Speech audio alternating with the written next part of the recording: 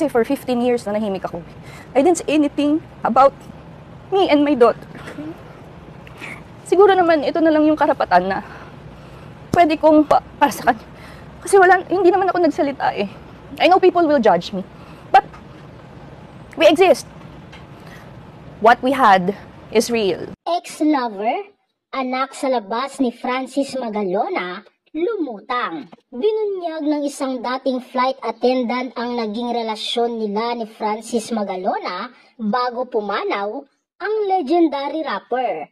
Sa Pinoy Pawn Stars ni Boss Toyo, lumapit si Abigail para ibenta ang isang jersey at ilan pang sign messages sa kanya ni Francis M. Doon niya nilantad na nagkarelasyon pala sila noon ni Magalona. Anya, nakita siya ni Francis M sa Itbulaga at kinuha ng yumaong rapper ang kanyang number. Nakita niyo naman sa letter na may I love you so much. So meaning to say, may relationship. Wika ni Abigail. Nagbunga ang pagmamahalan nila ni Francis Magalona at pinakilala din niya ang kanilang anak na si Gail Francesca na mismong ang rapper daw ang nagpangalan. Habang sila pa ni Francis M ay doon din daw nalaman na may cancer ang Pinoy King of Rap. Sobrang gumuho talaga yung mundo ko nung time na yon. Kasi okay kami. Ang dami naming plano. Tapos bigla siyang nagkasakit. Saad ni Abigail, ang pinakamahirap na part is yung situation ko. Hindi ka pwedeng lumabas. Ayoko namang dagdagan pa kasi may sakit na. Anya pa, paliwanag ni Abigail, matagal silang nanahimik ng kanyang anak at gusto lang nila ipaalam sa publiko na nag-e-exist sila. For 15 years, nanahimik ako.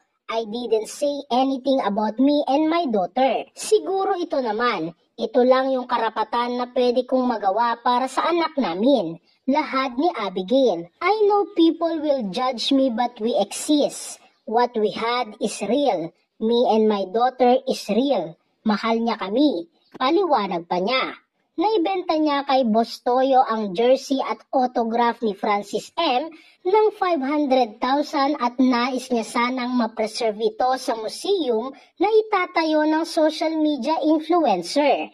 Narito naman ang samot-saring na aksyon mula sa mga netizens. Literal na may pagyanig itong episode na to. May rumors na before noong nagpapagamot na si Francis M na may ibang family siya. Di na lumabas after his death.